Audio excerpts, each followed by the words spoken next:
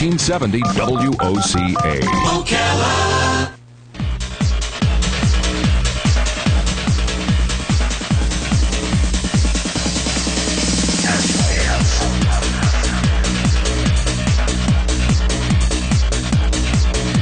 All right, 23 minutes before 9 o'clock. Thank you for tuning in. This is Open for Debate, the program we created for that very purpose. I believe, as I say every time we open this show, that debate is probably the healthiest way to come to a compromise about things, or perhaps change our minds about things. When two intelligent sides of an argument are intelligently arguing that argument, then they both have to consider that the other side is coming from somebody with intelligence. So I like to hear if you disagree with me, and hopefully you like to hear if I disagree with you, and somewhere in there we come up with a better idea.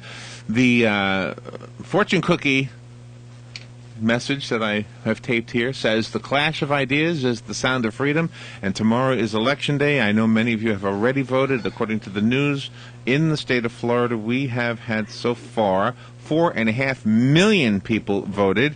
And the only people that were not counted in that number were the people who got to vote yesterday in Orange County. There was one precinct that was closed because of a suspicious package on Friday. And so they had an extra slot ordered by a judge on Sunday.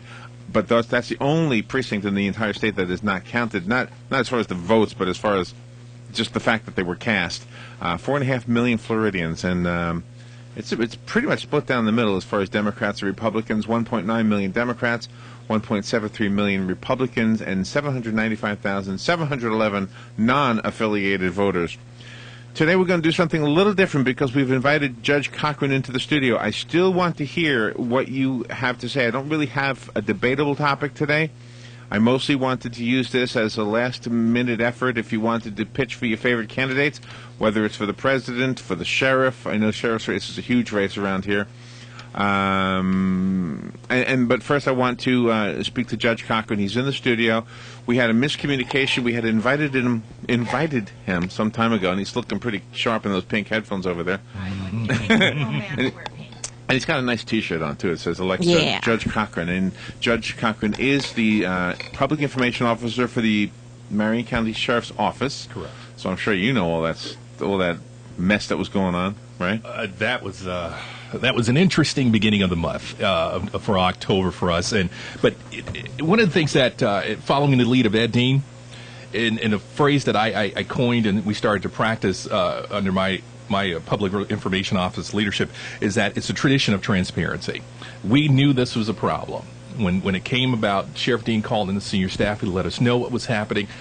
On that first day, that's when Dan said that he was going to take the leave of absence without pay. We didn't know the full story until that Thursday when he resigned.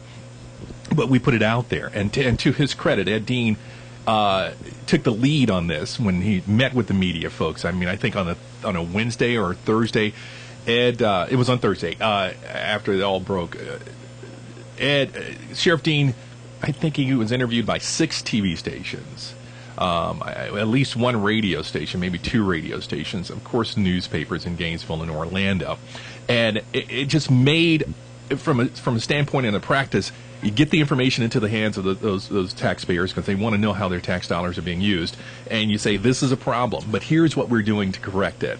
And as far as what we could do in that particular thing, a lot of what was going on with, at that time, the Under Sheriff Dan Kuhn was not in the hands of the sheriff's office. It was his political career. But we wanted folks to know what we were doing. And my team, we got out front of this and to say, hey, here's what it is. Here's what we're doing from our end. And I think, for the most part, folks are comfortable with the decisions that we made at the Marion County Sheriff's Office. Yeah, I think so, too. And us in the media, we appreciated how the information was provided to us. You know, there were 2 groups of people that paid attention to this story. There were the political people who just gobbled it up because they either were happy to hear this news because they weren't a Dan Kuhn supporter, or they were so disappointed because they were.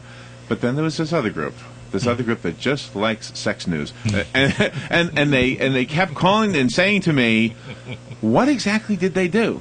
Well, they were having an affair. But I mean, what exactly? I said, Yeah. That's Howard. You need to call Howard Stern for that one. Oh, they wanted the late night He'll tell you. Showtime He movie will tell you. version of it. Okay, Yeah, okay. yeah. We don't have a Howard Stern in our community, unless Chip Morris is doing that now. I don't know. Yeah, he might be. All right, but now you're running for the Supervisor of Elections office, and your opponent Wesley, Wesley, is it Wilcox? Wesley Wilcox. Wesley Wilcox was on Hank's show, so I wanted to invite you because that's the station policy, 1 for 1. So tell us a little bit. Why do you want that job?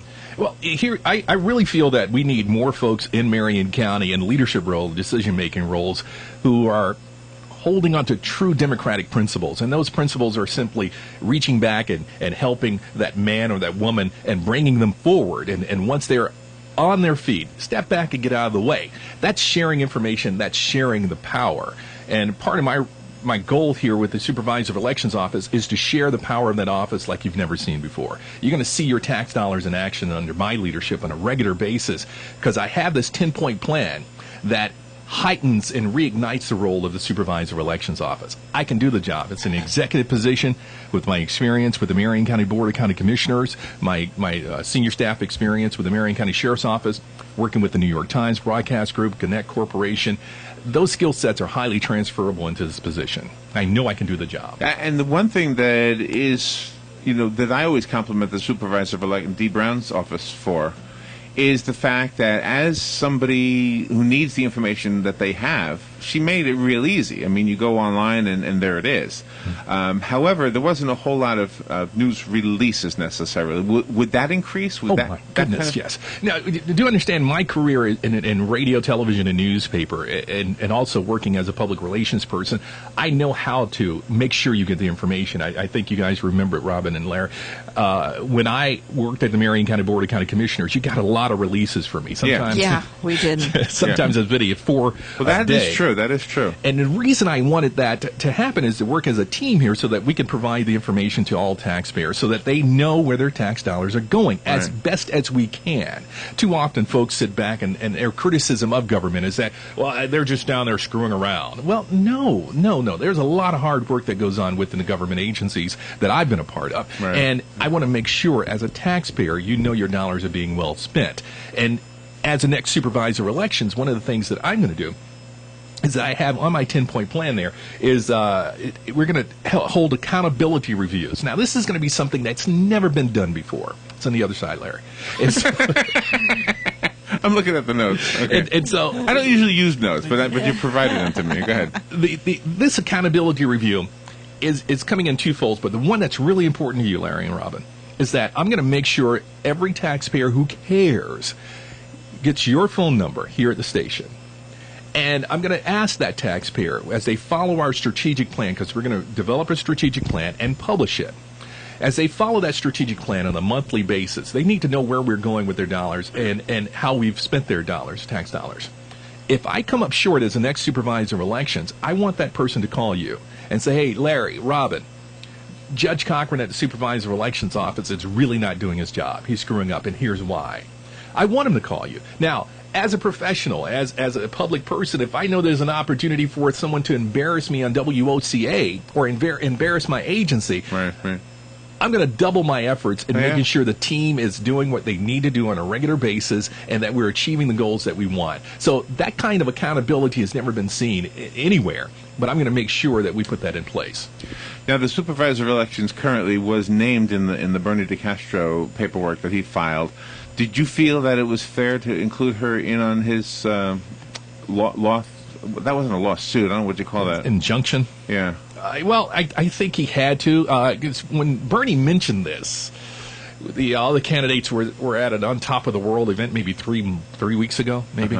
And Bernie mentioned it as he had his turn on the stage to talk to the audience. And I remember when he said that there's a state statute in place that does not allow the Supervisor of Elections to take your vote and hand it to someone else. He said that on stage. And I remember when he did it, I turned to some of the other candidates and I said, hey, we need to Google this. Because apparently it was very new. Nobody knew. Nobody knew. Everyone Okay, right. in this market. So I think he had to include her in the process. I think she had her attorney to respond to it. But it made it interesting because I also understand that at least 3 attorneys were able to provide an opinion to the Republican Executive Committee. That's my understanding. And those 3 attorneys gave them the information, but it was not necessarily unanimous arguments there. So it was new territory for us. I made the argument at Marion Oaks Community. They held a candidates forum. And I said one of the things that I would like for us to do is that if we would have allowed the election to go through the process, understanding that Dan Kuhn had resigned, withdrawn from the race, resigned from the sheriff's office, withdrawn from the race, I would have favored us going through the process, allowing the folks to vote for Dan Kuhn if they wanted to. At the end of it, let's say Dan Kuhn would have won the race, but he had withdrawn. Right. Let's then hold a special election so that the candidates that want to be sheriff at this point can actually work for the vote for those citizens. That's what I would like to have had. I think that's a true different approach, but also a step in true democracy. Because there are some folks that I've met out and about that are just sincerely angry at the idea that they voted for Dan Kuhn, and they may not have necessarily wanted the other candidates. And now the votes are going in that direction. It's a strong argument. Yeah. So okay, and I know we're rushing a lot of ideas, questions to you in one little sitting here, but and we want to go to the phones too. That's what this segment is about. The only other thing I want to ask you before we go to the phones is regarding often hard to understand amendments and things like that might be on the ballot. Do you think something could be done as a supervisor of elections, or is it out of the supervisor of elections' hands to kind of educate the public what these things mean and what the repercussions will be if you vote for or against them? Part of my 10-point plan is to energize the public relations aspect of the supervisor of elections office. Now, when we see, say, 11 amendments on the ballot in legal ease, what I want to do is reach out to legal professionals, either within Marion County, or we're certain to get some out of Alachua County, and there's a lot of experts there, and invite them in for a conversation with folks that need to know, and set it up. Let's say, for instance, at the multipurpose building of the Marion County Sheriff's Office, which could hold a lot of folks. We bring those experts in, and using my television experience and also my radio experience, it's not going to be a boring meeting. But we bring those experts in, because as supervisor of elections, if you're going to talk about the amendments, you have to read them verbatim by way of law. That's my understanding. But I can invite someone else in who can make it simple, who can look at this stuff and speak in everyday language, so that folks clearly understand if you vote for it, it doesn't mean you're voting against it. That kind of... And finding somebody who doesn't lean one way or the other... I think you could do that. It's hard, but yeah, I think you could too. That's part of what I would do. I would reach out to those experts and bring them in. I mean, every one of us that have done talk shows, we've reached out. Sometimes we have folks that are clearly biased, but then also we can find someone that's in the middle who doesn't have an emotional connection with the issue and can explain both sides of it. I know there's a lot of folks out there that would be willing to do that for the community. With 4.9 million already voted, you're on the air today, and this is sort of a campaign appearance. However, like you mentioned before we went on the air, many people have already cast their votes one way or the other. So I was actually I went to an event yesterday at church around about 12:30 when I got to the church. I had 2 appearances yesterday, and in one of the churches, when I got there, they were glad to say hi to me. But it's one of the larger churches in community, and she said, one of the ladies said, "Judge, I got to believe 98% of the people in this building have already voted. There may be 2 people within the congregation who have yet to vote, but she said everyone had voted, which was cool. And I like the idea that folks took advantage of the early voting. I don't like the idea that the governor and the folks in the legislature shorten the election period. I just don't understand why you would do that. Politically, in a sinister way, I get it, but overall, I think it should have been expanded and kept at 14 days so that folks can find the time within their everyday schedules, because we're all busy, to take advantage of this precious right to vote. And I think at this point, part of what I want to do in this conversation is to make sure that folks understand that I have a 10-point plan to help make Marion County even better. And if you have yet to vote, please consider it. Go to my website or call me up, and I'll make sure you get one of these things in your hands, this information in your hand, and know that I have a plan going into this position. I remember at a Chamber of Commerce event, a guy asked me, he says, well, why do you need a 10-point plan? I said, well, from an executive standpoint, you can't go into this role without a plan. Well, yeah, why do you need a plan? You got to have a plan. It could be 11 points, I guess. That's right. Maybe he was more concerned with the number than the plan itself. But you got to have a plan is to know where you're going and then how to measure against that, whether you're success or failure. You are a natural-born leader. Just my compliment to you. Well, thank you. I've seen it in you since day one, but I wonder, and forgive me for not knowing this. Is this the first time you've actually run for an office that requires a vote? First time, yeah. And did you like the experience? Is it in your blood now? Will we see you doing it some more? And oh boy, I hesitate on that question. I'm not sure.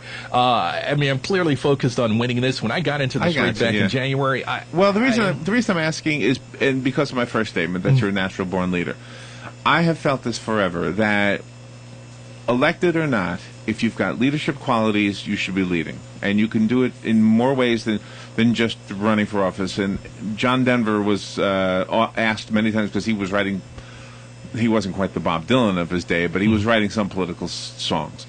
And they asked him if he would consider running for office. He said, I can get more done with the songs than I could if I was elected into office. Of course, Sonny Bono didn't think so, but all right. Well, are you okay with sticking around while we do this part of the show? Let's do it. I know our listeners are probably a little ticked off at me because I don't usually do this, but I wanted to make sure the Judge had a fair shot at our listenership. So there you go. We've got 7 minutes. Good morning. Thank you for being so patient.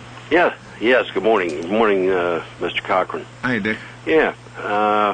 10 days ago or so, the Sheriff's Department received a letter, certified, from the concerned citizens of Marion County concerning actions on the part of the federal government, particularly the Department of Homeland Security, and their actions, which would, in terms of the sheriff,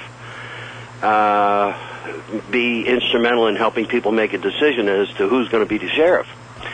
Now, as the public relations guy, I'm sure you saw this letter, did you not? I did not. No, it did not come to me. Really? As public relations guy?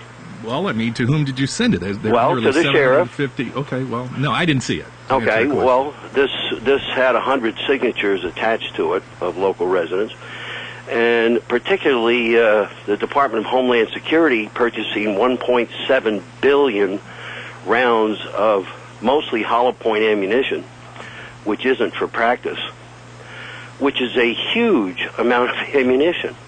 Some of it going to Social Security, some of it going to the Weather Service. I mean, it's just, it's completely outrageous. So, and being that Homeland Security has an operation out at the airport, and a couple of the sheriff's vehicles have Homeland Security written on them. So you're aware of all that, and I just wanted to see if you were aware as to whether or not we're going to get a response. Because as of yet, we haven't gotten a response from the sheriff. WOCA, any comment? Not really. Here's my difficulty here. I'm not here representing the sheriff's office. I'm here representing Judge Cochran as a candidate, and I have to make sure as best as I can to draw a line there. I have not seen the information you're talking about. I don't know if you sent it directly to the sheriff. I don't know if you sent it to the chief. I don't know how to respond to you in this particular case, and that's being straightforward. All right, let's go to another call. Good morning. Thank you. Whoa, nobody there. All right, we do have a phone line open if you want to call. Judge Cochran is our guest today. You may ask Judge a question. He's running for the office of Supervisor of Elections. And tomorrow, of course, is Election Day, even though many of you have already cast your vote. Good morning. You're on the air. Good morning, Mr. Cochran. I believe that Dee Brown and her predecessors have more or less set up our Supervisory of Elections office and the programs that they are now conducting. I had a personal experience which was rectified immediately, and then when I went to vote, because I did vote early, all it involved was a phone call. Now here you got a 9-point plan, 10-point plan, or 10-point plan that we're going to turn around and change everything. You know, change for the sake of change does not improve anything. And I'm very happy with the way it's been going. As far as most of the year, you really don't hear too much from the supervisory of elections, other than the fact that if you move into town, you have to register, and that would be the place to register. The rest of the time, they're maintaining the equipment and everything, the information, to make sure there's no gaps as far as information missing or whatever.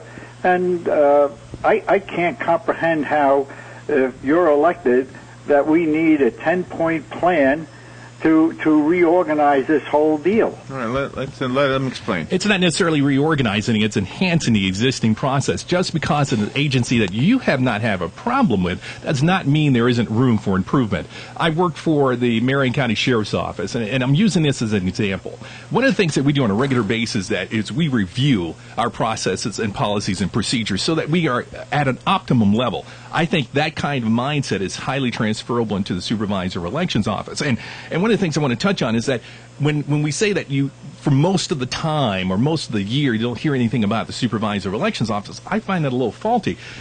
I believe if you're giving an agency more than $3 million of your tax dollars, you need to see them in action. You need to know that they're doing the job that you've asked them to do. One of the reasons we greatly appreciate law enforcement and also first responders, firefighters and such, is because we see our tax dollars in action. We see them with their lights and their sirens on, and we know that they're doing the job. This 10-point plan is not going to cost any additional dollars. It's just going to reignite the role of Supervisor of Elections. For instance, expanding the voter registration opportunities. It's not going to cost you any more dollars, but what I believe we need to do is make sure that we're out in the community. One of the first things I'm going to do is set up a schedule where each month, regardless of your zip code, we're in a community helping folks register to vote. Now, let's say we set up a satellite location and 100 people stop by and all 100 folks are registered to vote. Well, at least we're in the community answering questions about this election process, because every one of us have questions about this process. If you have professionals in the community answering questions, I think that's your tax dollars in action, and it's highly necessary for us to do that.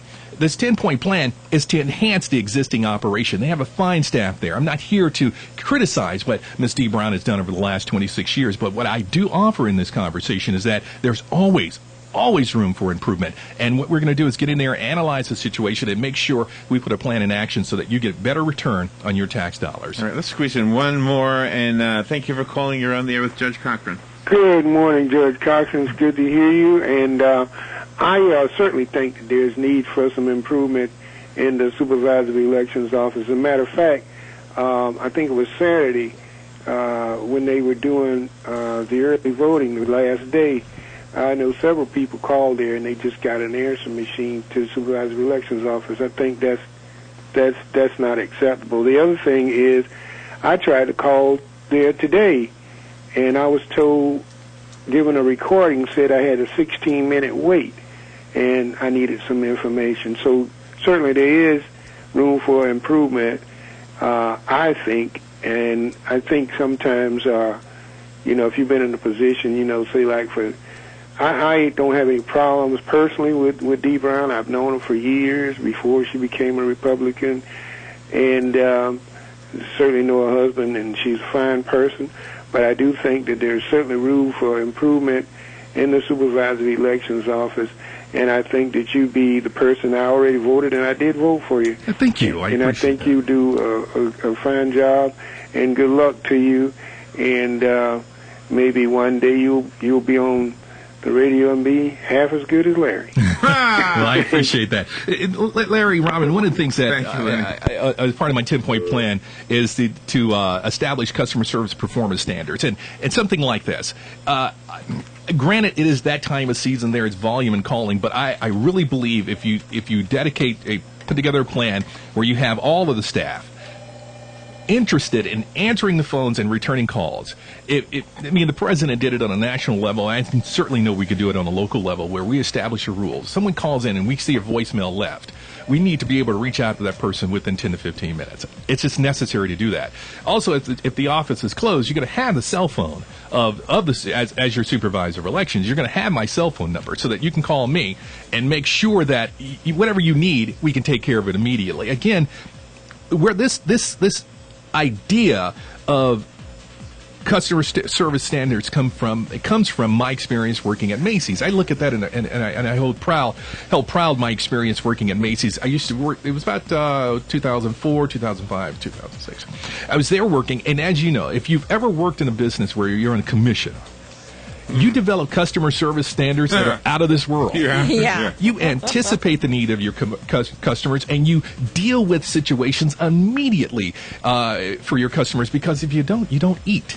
So having that as a part of the mindset, the philosophy, and the practice to bring in these kinds of standards, someone calling in and not being able to talk to someone for 16 minutes, I find is difficult to understand. We need to be able to respond to those things, and it's doable. It's really doable. And sometimes it's a quick phone call, maybe take less than 30 seconds to get the solution. Yeah, I wish everybody would have that attitude, not just in the office you're seeking. I hate when I get that message. Well, it went quick. You were worried we didn't have enough to talk about in 25 minutes, but we certainly did. Wow. Judge, good luck to everything you do. Thank you, Robin. You're a leader, Thank you, Larry. You're a leader in our community, regardless. Yes, you are. And good luck tomorrow. And well, I guess we'll know tomorrow night, huh? Oh, yeah. If you hear this guy screaming at the top of his lungs, you know it's me. Well, good to see you, and thank you for all you do. And I keep up with you on Facebook. I appreciate the friendship on Facebook as well. All right, we'll take a little break and be right back. Ocala's information station, 1370 WOCA. Ocala. The weather is brought to you by myfwc.com. Life jackets save lives. Where in Florida? A mix of clouds and sunshine today. There may be an afternoon shower in spots along the coast. The high 77 to 81. Partly cloudy tonight, low 58 to 62. Tomorrow, clouds and some sun, breezy and warm with a couple of showers and a thunderstorm, particularly in the afternoon and evening. The high tomorrow 75 to 79. For Wednesday, sunshine, cooler, less humid. The high 67 to 71. From the Florida Weather Center, I'm meteorologist Joe Lundberg. As you decide who should become our next Florida senator, consider this. The Orlando Sentinel has examined the records of Dorothy Huckel and Frank Bruno. It has interviewed them. It has evaluated their campaigns. And who does the Orlando Sentinel endorse for Florida Senate? Frank Bruno. The Sentinel says Bruno is more likely to put his constituents ahead of his party leaders. And Bruno has served his county with distinction. The Sentinel also says Dorothy Huckel has sponsored bills that weakened growth management and repealed customer protections against crooked auto mechanics, telemarketers, and movers. The Sentinel calls her offensive radio commercials against Bruno ridiculous. The Sentinel says Frank Bruno is a consensus builder and a leader on regional issues. The Orlando Sentinel endorses Frank Bruno for Florida Senate, and you should too. Political advertisement paid for and approved by Frank Bruno, Democrat, for Florida Senate District 8. Wow! Here at Adams Water Conditioning, purchase any size Logix conditioner at regular price and get a free 50-gallon per day reverse osmosis drinking water system absolutely free. That's a $699 value. They'll even install it for free. You can't beat a deal like that. Call Adams Water Conditioning today at 369-3416 for a free, no-obligation in-home water analysis. Quality you can feel, a difference you can taste at a price you can afford. Call Adams Water today. That's 369-3416. Adams Water. Don't get caught in the dark. Call Tri-County Generators, LLC first at 1-800-622-1957, your authorized Generac dealer. Tri-County Generators are there when you need them with new generators for home standby, commercial, RV, and portable generators. They also service your existing systems. Now is the time to act. Be prepared before you have an emergency. Call Mike Gant today at 1-800-622-1957.